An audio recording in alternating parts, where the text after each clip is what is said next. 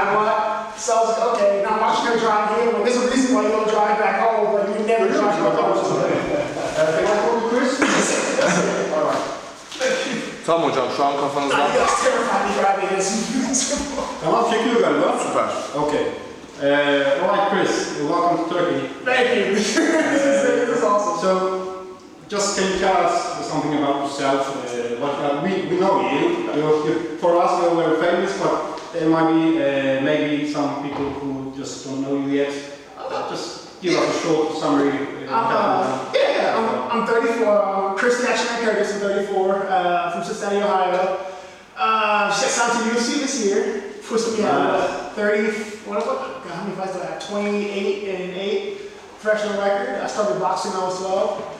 This is actually, I'm in Turkey right now, Izmir, Turkey. This is the first time I've ever had a vacation. The first time I've never been on vacation. Yeah, you've come to the best city in the world. First time. Oh, I'm loving it, man. You love it so far? I love it. My girlfriend actually lives here, so she's been saying for a long time, like, hey, come to Turkey, meet my mom, everything else. So I'm in Izmir. I've never been on this side of the world. You should come again when the climate's gets warm. I love it. She said we're coming back out here this summer, but I love it, man. Like, you know, it's a fun city. It's weird because being from Ohio, I'm like, this city alone has more history than my entire state, so it's really cool. Maybe, yeah. Yeah, it's just cool, man. Like, Ohio, there's nothing there but grass. I would like to see Ohio.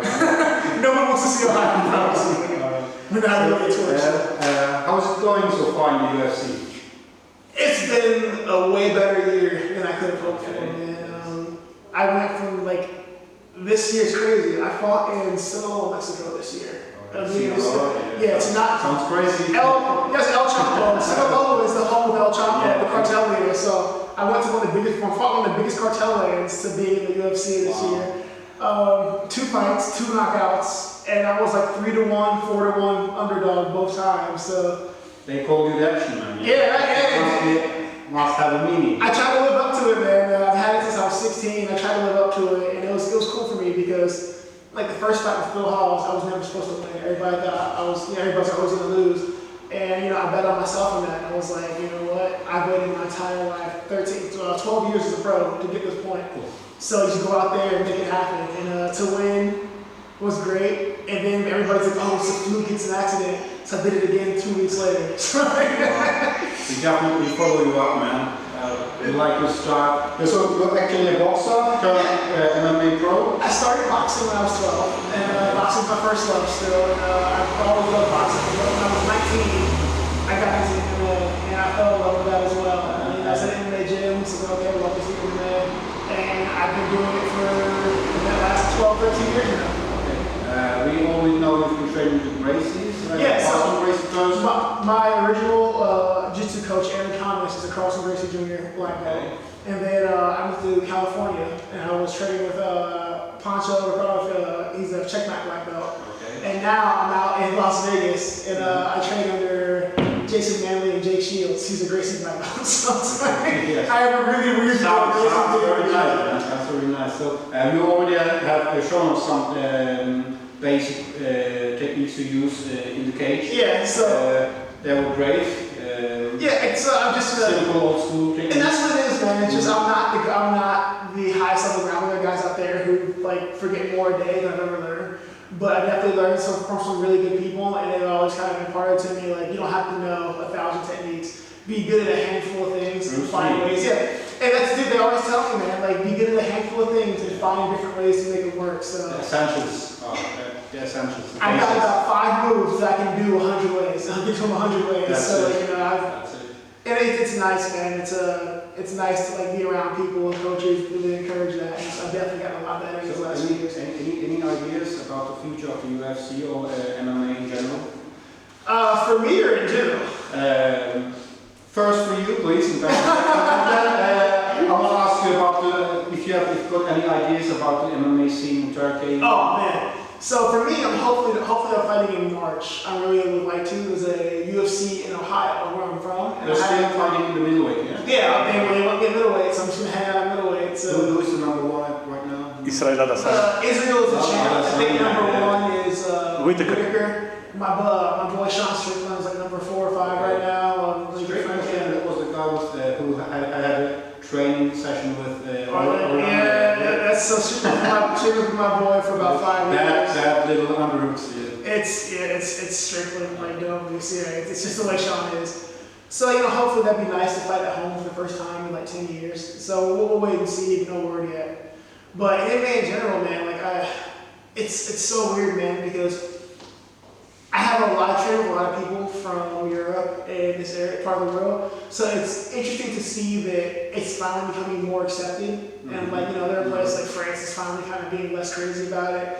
And like England has a pretty big MMA scene. I'm realizing now that people are telling me that Turkey is starting to build an MMA scene, which would be really cool because... Yeah, but we're still crawling on our feet, yeah. But I mean, so here's the thing, it's still like Ohio is the same way. So they're, even being in the middle of the Midwest, Ohio is known for wrestlers. But our MMA scene is really, like it's still in like its infancy. So I mean, like you say, you're still crawling, but so are a lot of places. So I think it'll be really cool as the sport continues to grow. You start getting more and more people that are comfortable coming and training. Because all it takes is, you know, one big gym and everything changes. So like, that'd be awesome, man. I love Turkey. I love to be able to train. I love it. We hope to see you a lot more here. I plan on being here a little bit more. Like Miss Lisa, my girlfriend's very big on me spending time in Turkey and learning the culture and visiting the family. So I plan on being here more. And I can afford to be here more now. We are very happy to be here. Guys, any questions you want to ask?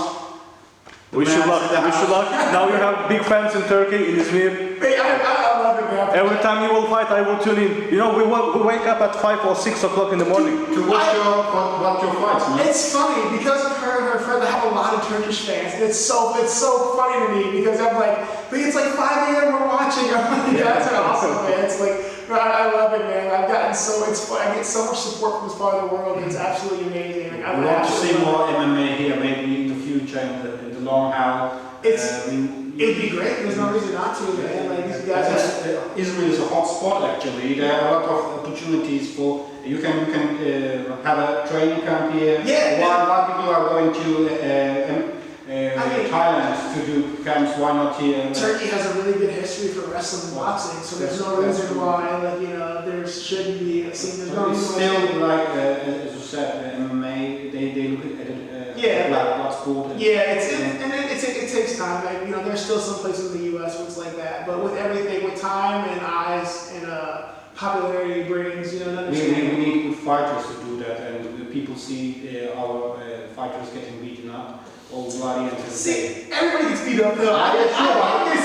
Imagine the people. Yeah, they're like, oh no, everybody has a guy that gets beat up. It happens. I'm not talking about the athletes, but about ordinary people. So they need kind of poster boy. And that's exactly what it is. It's like once there's a poster boy, people are way more inclined to get behind it. Like Ireland didn't care about MMA until Conor McGregor, and then it gave him a face. They hated him, but that's people on the mountains were talking about. And McGregor. Yeah, see, it's you want to have a guy. It's, you know, it's something to rally behind. And so like, you know, the question is who's going to be that first, like the first really great Turkish fighter.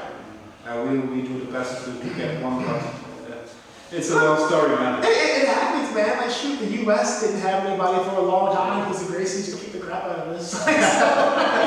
Now we've got American Jiu-Jitsu. So now we've got a few guys, so it just takes time. Okay, Chris, thank you very much. We've been training. Thank you, man. I love it, man. Thank you. I appreciate it. We'll be waiting for you. I will be back, I promise. And tomorrow, you know, we've got the Whole Racer Seminar. Yeah, the Racing Seminar. I will be there. Yeah, the GOAT. Yeah, this is a really unexpected seminar for this trip, and I'm very excited. If you want, we can talk to the guys because they might be. I will. Yeah, I would love to go. That's awesome. That's freaking awesome. Yeah. So they got one seminar on Saturday at 6 o'clock in the evening.